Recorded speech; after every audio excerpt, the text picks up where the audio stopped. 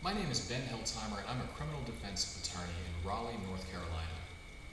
Today I want to talk a little bit about DWIs, or the driving while impaired charge in North Carolina. This is generally the same offense known as a DUI, or driving under the influence, in other states. Specifically, I want to talk about your rights if you're pulled over and you think you may be suspected of a DWI or other drunk driving offense. If you're stopped in your vehicle on suspicion of a drunk driving offense in Raleigh, Durham, Chapel Hill, Cary, or anywhere else in North Carolina, one of the first questions the officer is likely to ask you is, where are you coming from? Now, that question may seem harmless to you. You may think the officer is just making small talk. But in fact, you can be quite certain that the officer is trying to get you to confess to a crime, or at least say something that can be used against you, even if it doesn't appear that way. If you say, for example, in response to that question, I just came from a bar, but I wasn't drinking, I'm the designated driver,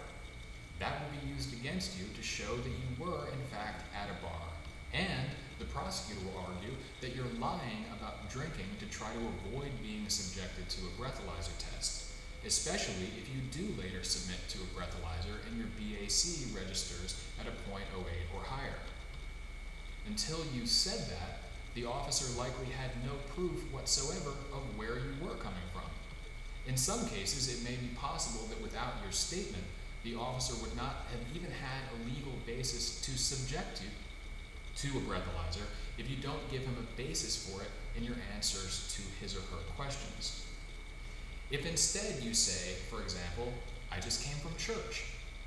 that can be used against you to prove that you had something to hide when the prosecutor tries to trip you up during your testimony about where, when, what time, and who the preacher was. Or even worse, if the prosecutor has done his or her homework and can prove that there actually was no church in session at the time and place you claim.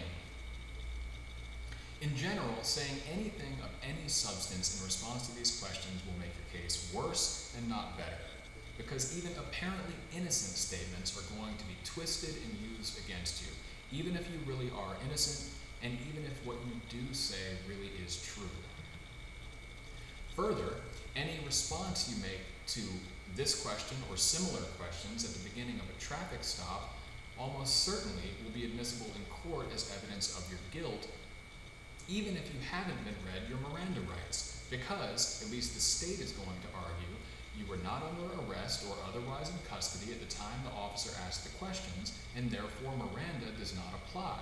because Miranda only requires that you be read your rights prior to any custodial interrogation, which means if you're not in custody at the time the questions are asked, then you don't have the protection of that law. So what can you say, and what should you say if you get pulled over?